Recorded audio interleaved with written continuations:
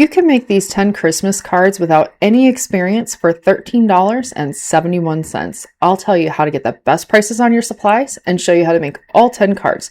3 of the 10 cards we make will be fun fold cards. You will need 12 card bases with envelopes. You can modify the card bases you buy at the store to create fun fold cards.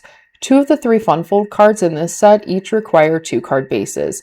If you're just starting out, you can buy a 12-pack of card bases and envelopes for as little as $1.79 during the Hobby Lobby 40% off day. The cards I'm making were created with 120-pound cover cardstock. Scrapbook.com carries 120-pound pre-made card bases at $12 per 20-pack. They were recently on sale for $6.99. I recommend the side fold if you're new. They can easily be used in 2 different orientations.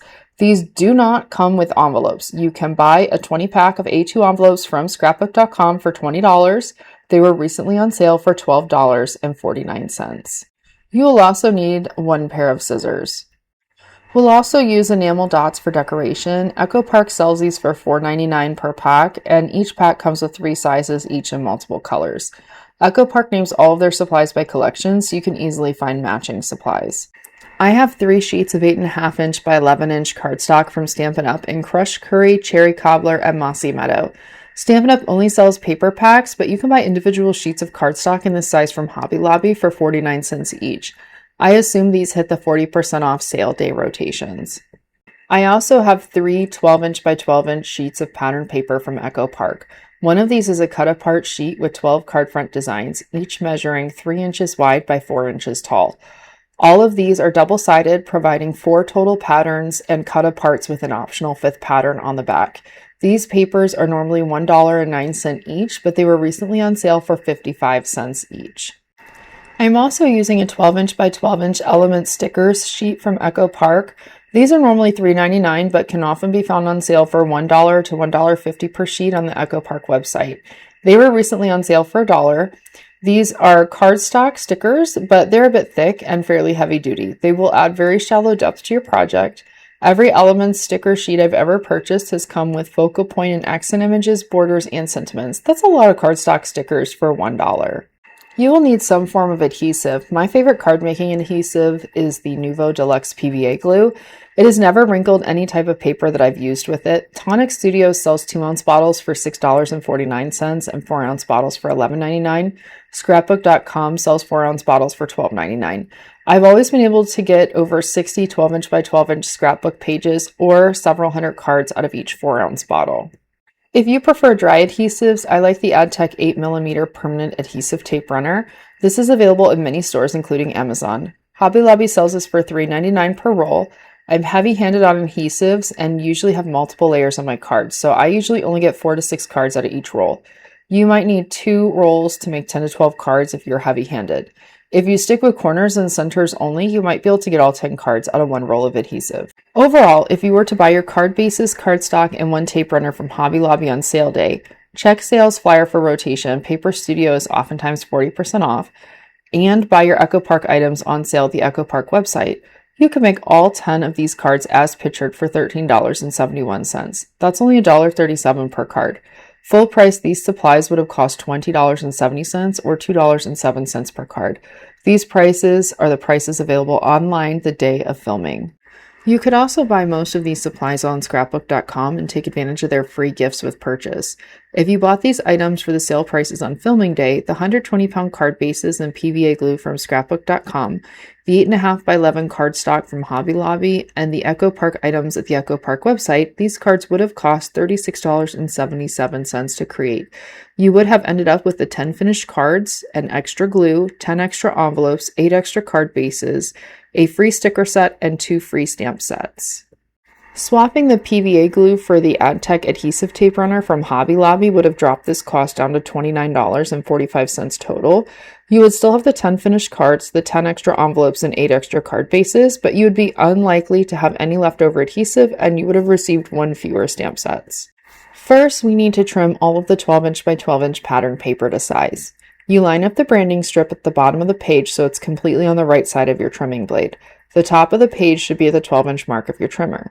If you're using scissors, just cut along the line that separates the pattern paper from the branding strip. You can use the Echo Park branding strips as they have pattern paper printed on the middle of the strip, and their collection names are often useful as ephemera or sentiments. Trim each of the 12 card front patterns out by cutting along the lines where the patterns meet. There are 10 card fronts and 2 journaling cards on this cut-apart sheet.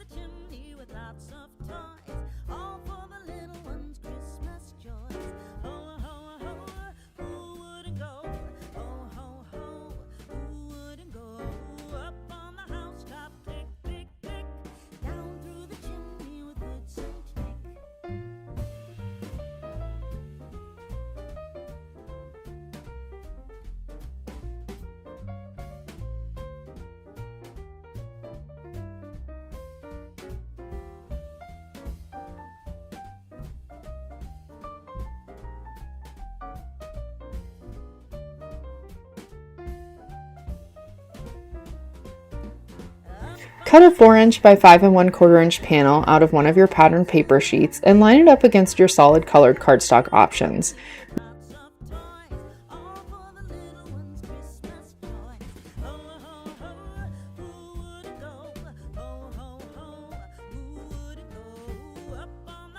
When you find the color pattern you like, cut a solid mat measuring 4 1/4" by 5 1/2 inches.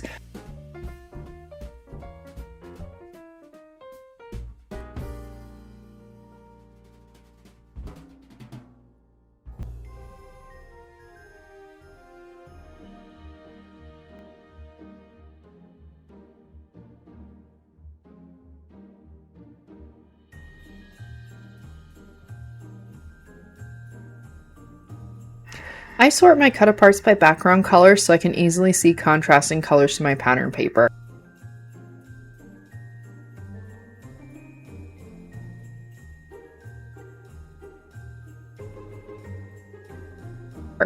I cut extra off this sentiment style cut-apart so that I can see as much of the gingerbread paper as possible.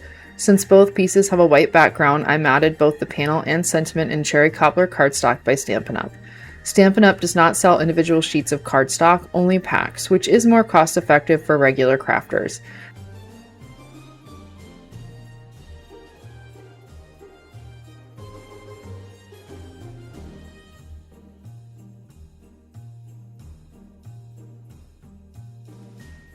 You will then adhere your pattern paper in the center of the solid color cardstock mat you just cut.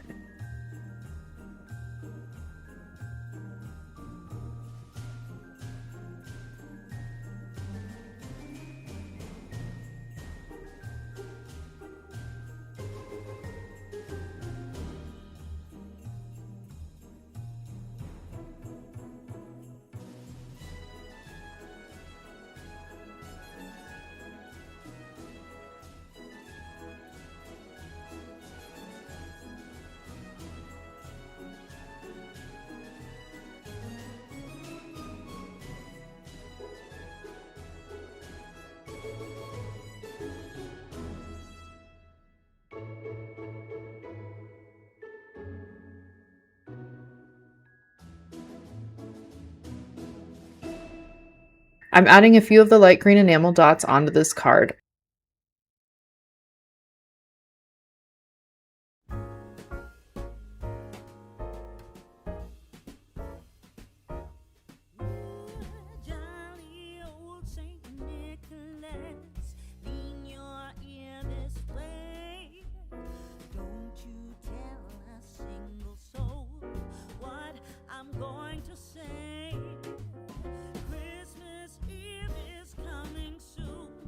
I'm using the peppermint pattern on the branding strip on the inside of the card and adding a gingerbread man holding a hot chocolate.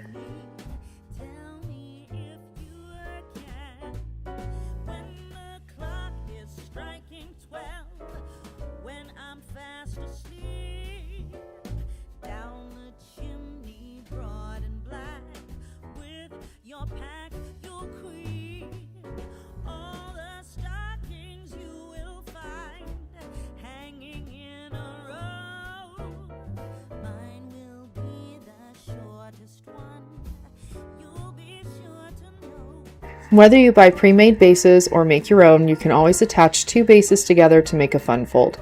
The Z-fold we are making here involves holding one card base so the side fold is on the left and the other so the side fold is on the right. You then interlink the cards in this position, adhering only one overlapping panel together. The top view will be a Z or backwards Z shape depending on how you'd like the card to open.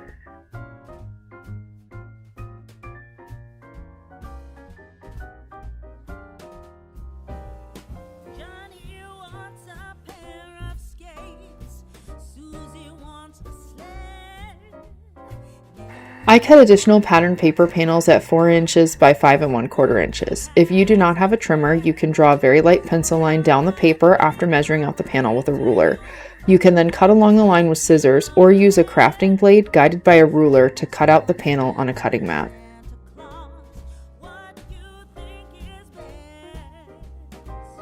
A Z-fold card takes an additional card base and additional pattern paper panels to decorate. Instead of getting 2 cards, each with 1 panel of pattern paper, you're getting 1 card that uses 3 panels of pattern paper.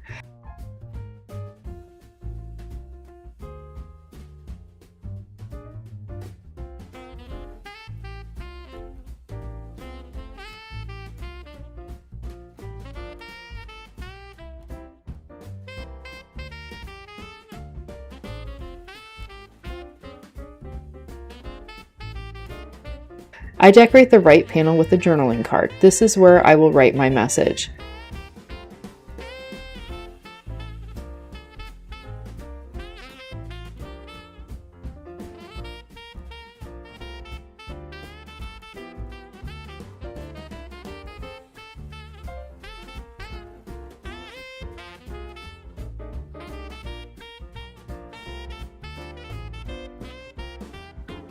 The front panel, the one on the far left, is being decorated with a cut-apart image, and a center panel will have a scene with stickers.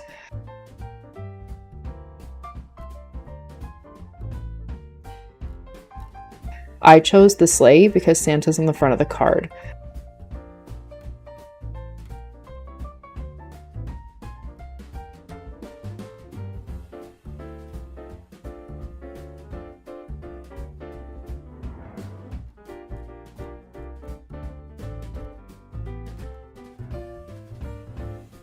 One of the presents will be adhered to the journaling card to help carry the Santa and sleigh theme through.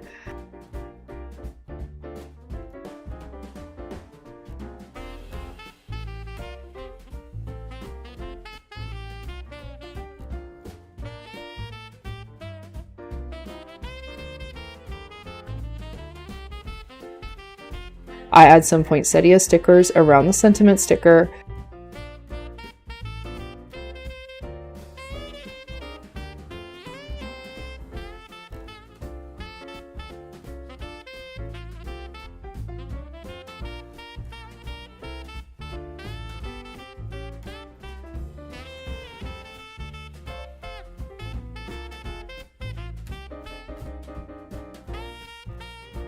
A few enamel dots on the front finish the card for now.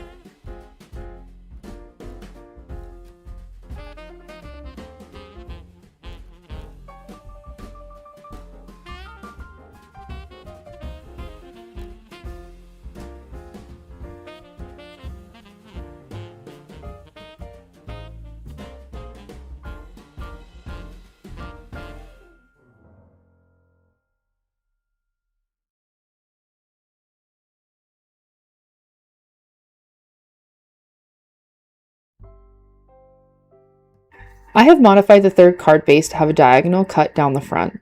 This will allow the interior decorations to be seen on the top front of the card. It's also more fun than a standard holiday card. The easiest way to cover any part of the diagonal, whether it's a strip or full coverage, is to just glue the paper down on top of the card base and then cut against the diagonal cut.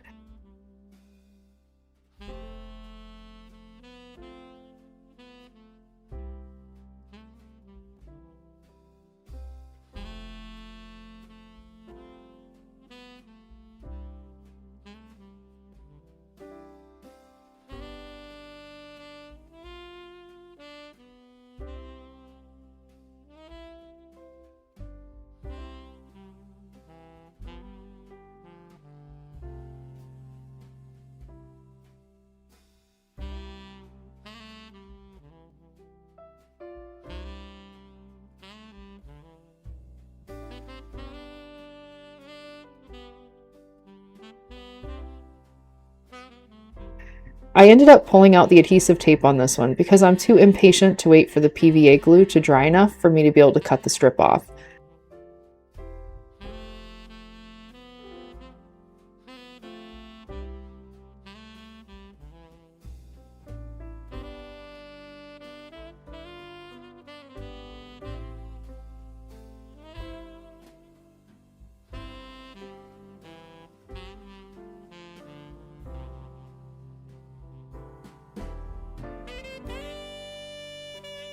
I decided that a row of houses will be fun on this card,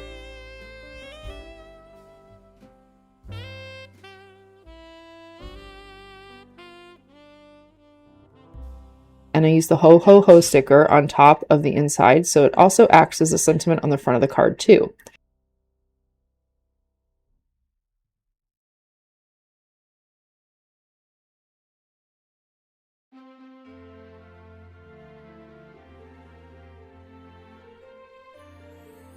A little greenery around the sentiment brightens up the interior.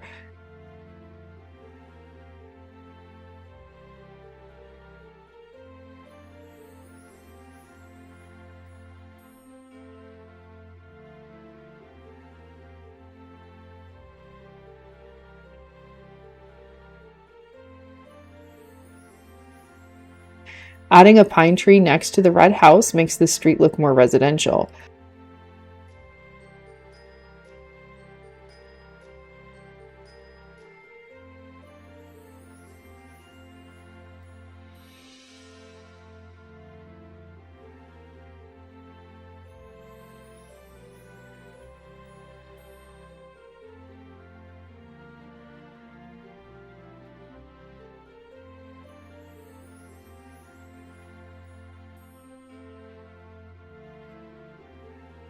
I like to decorate the interior sides of the fun fold to make the card extra special.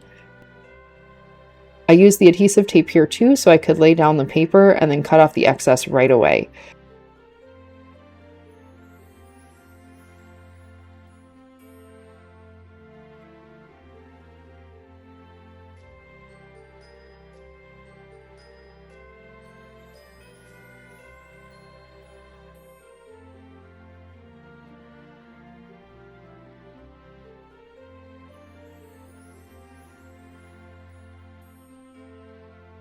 White enamel dots in various sizes were placed to look like smoke coming out of the chimneys.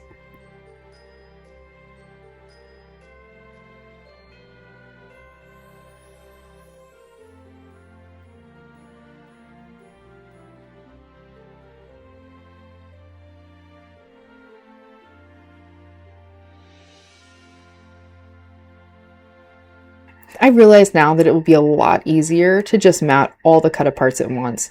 This will not only speed me up, it will also reduce the supplies lying right in front of me, and it will allow me to better manage the distribution of supplies across all cards.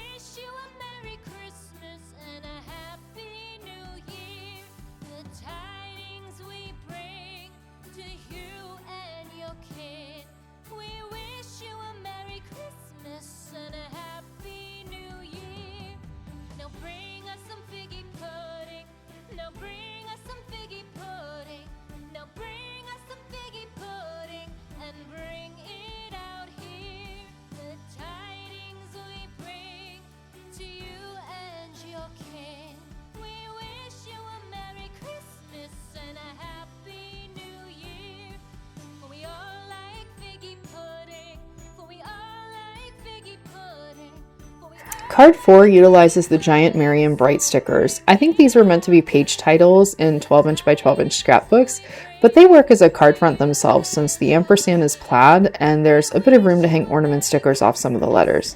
This is probably the easiest card of the set. You could cut costs a lot by just using the element sticker sheets and card bases. You wouldn't even need to buy adhesive. I just use adhesive because I've had my stickers for a long time. The card bases, envelopes, and sticker sheet all on sale would only cost $2.79 or about 28 cents per card. You could probably get the 10 cards out of that sticker sheet, but you would need to write your own sentiments. We wish you a Merry Christmas. We wish you a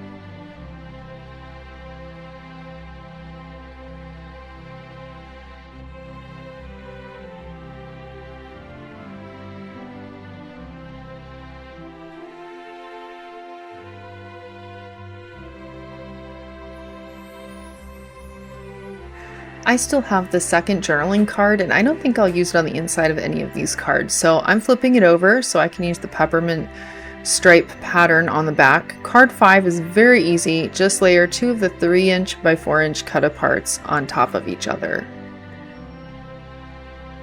To keep the matted image cut apart level across the card, cut up a branding strip or scrap papers and glue it down directly next to the peppermint pattern paper edges on the upper right side. Be sure to trim the branding strip short enough so that it doesn't show after placing the focal point on top.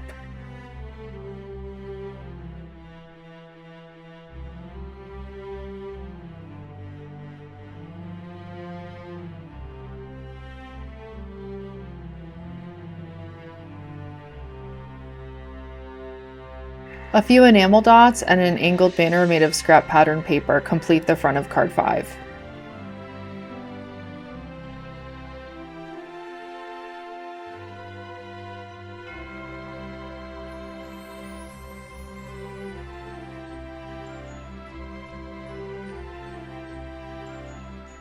Card 6 is quite simple. I will add an additional wider matte layer underneath the red mat on the cut apart image. This will help draw focus to the snow globe scene.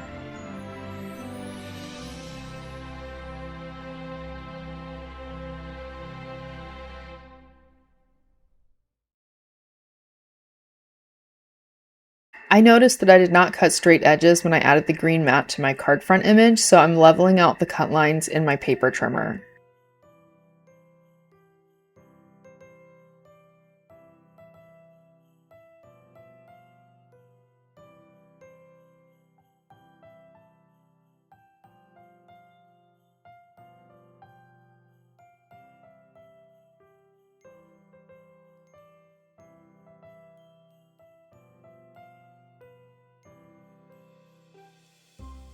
Cut another 4" by 5 1/4" panel from the pattern paper.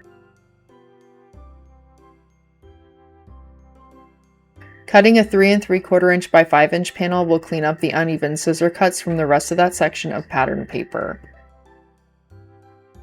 Continue cutting out 3 3/4" by 5" panels from that sheet of pattern paper, creating a recycle pile containing any scraps that are too small to use later.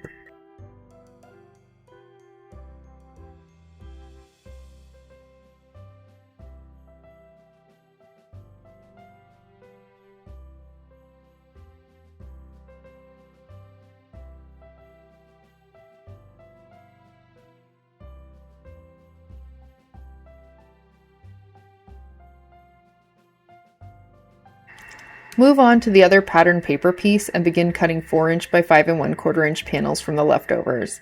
I was able to get 2 panels this size.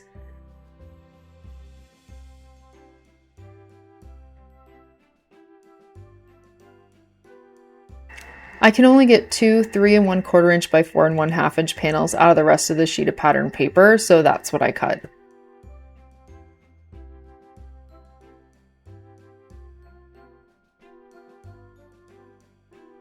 Now that I've created 6 cards out of 12, it's time to sort out the remaining supplies to see which pieces coordinate well.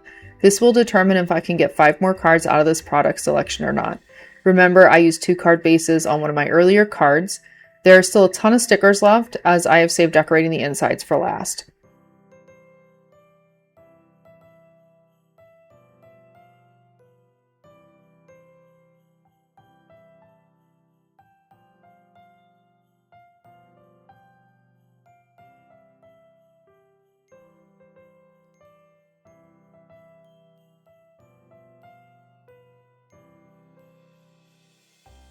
Just a review of the Z-fold card that we made earlier.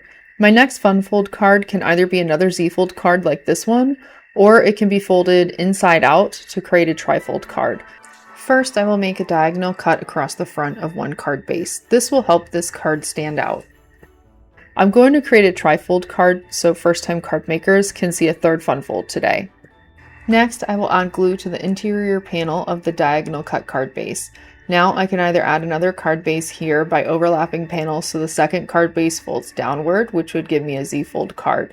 I chose to adhere my card bases together to make the Z-fold, so I could show you how to turn a Z-fold card base into a trifold card base.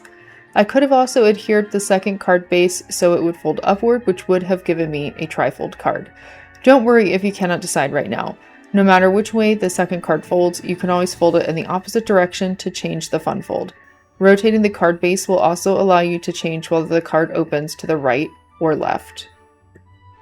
Adhere pre-cut pattern paper panels to the interior of the card. To get the correct paper angle, hold the pattern paper centered over the diagonally cut panel and use the scissors to carefully cut below the diagonal card base edge in a way that the panel can be somewhat centered. Repeat this on both sides of the diagonally cut flap. I left the center interior panel white, so I have a place to write a message.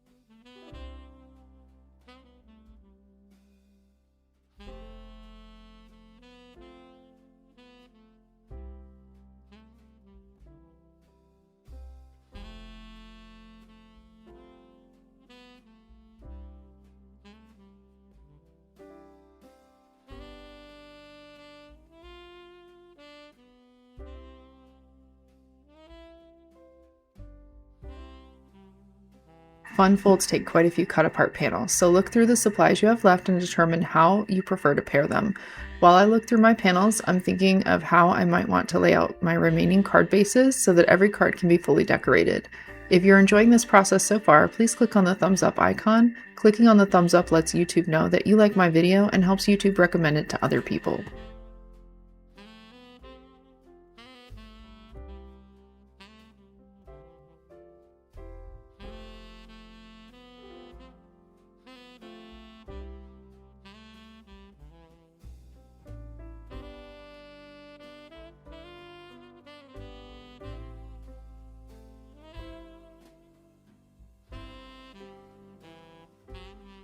I opt to adhere the sentiment cut apart to the interior fold and move the tree cut apart to the front of the card.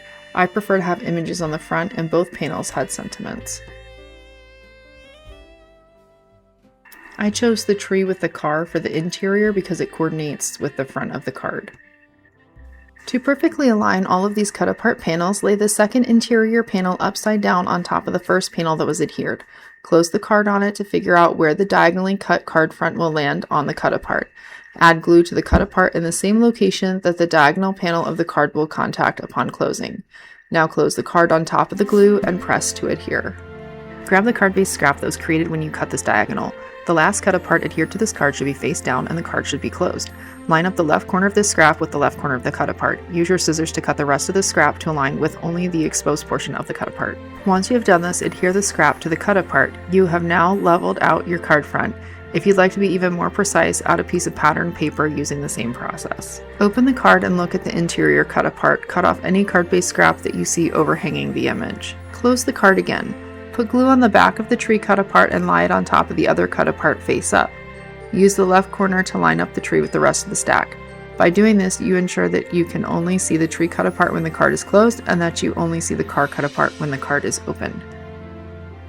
Try out remaining pieces against the leftover card bases to see which pieces you like together.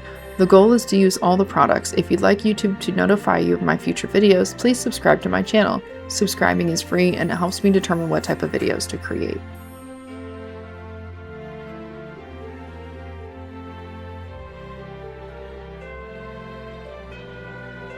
I decided that this next card will be in landscape orientation. This green star scrap is already in the shape of a banner, but I can't seem to make a banner work. So instead I cut the banner in half across the short edge. I adhere a red polka dot 4 1/4 by 5 1/2 inch panel to the front of the card base.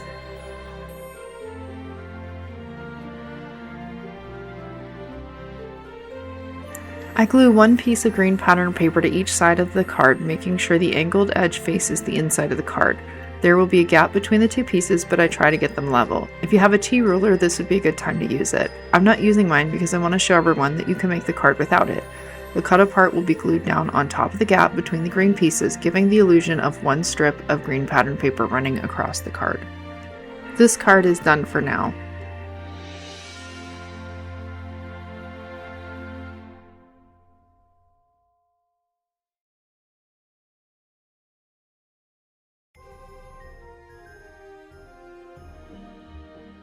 I decide that the mailbox needs to have a green mat below the red mat that's already there, so I add one more mat layer. Using my scissors, I even out the green border around the mailbox cut apart.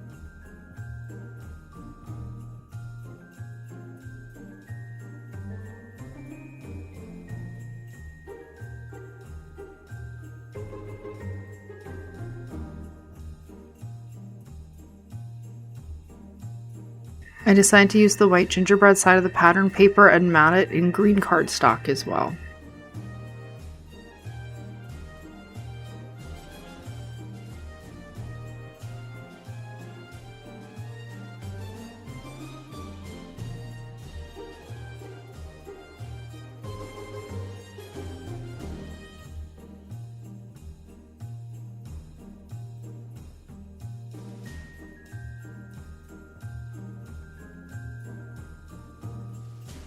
I find that the mailbox covers up most of the gingerbread paper, so I choose to set that aside for now. I see that I have another sticker sentiment available, so I adhere the gingerbread pattern paper to the center of the card front. I then center the sticker sentiment on top of the gingerbread paper and set the card aside to complete later.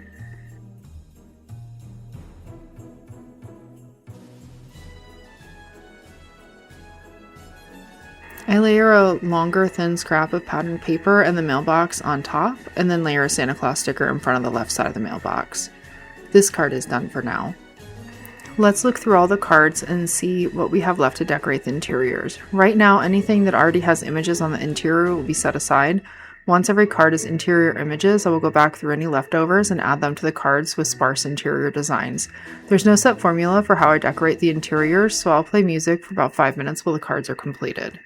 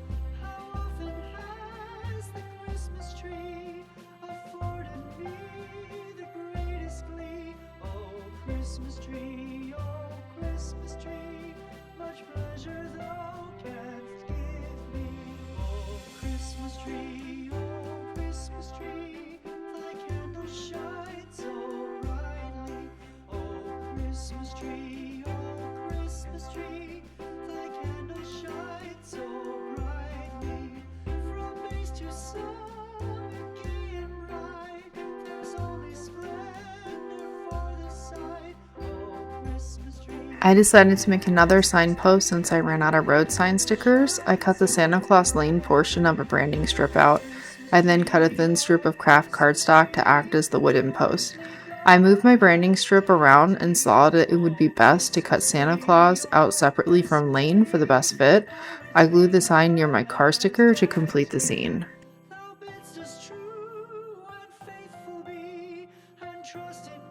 You can also layer patterned paper pieces on the interior of your card. This one ended up a bit busier than I prefer, but it's still cute.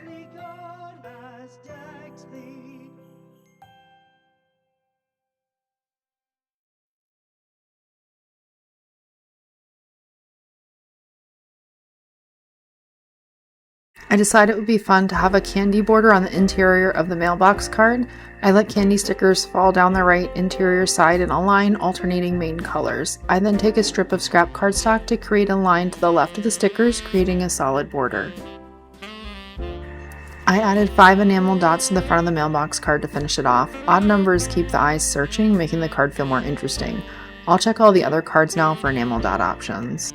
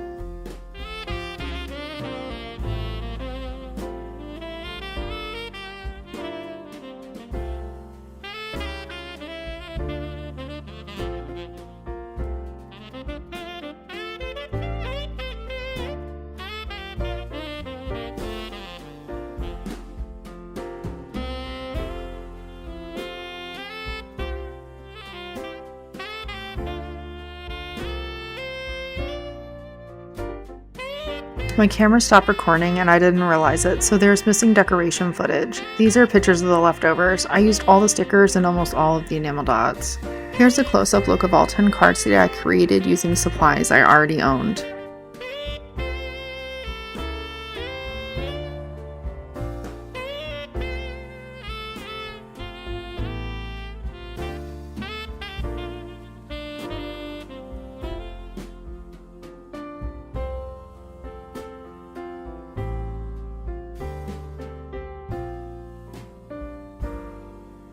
I was able to create this bonus 11th card by creating a card base out of another half sheet of cardstock not included in the original supply list. Thank you so much for joining me this afternoon. If you're new to card making or interested in trying card making, I hope this video showed you how much you can do for less than $14 in 2026 and how easy it is to get great looking cards. If you're a seasoned card maker, I hope this video inspired you to use items from your own stash. Please consider liking this video and subscribing to my channel. Subscriptions are free. If you click on the bell icon, YouTube will let you choose how often you'd like to be notified of new videos on my channel.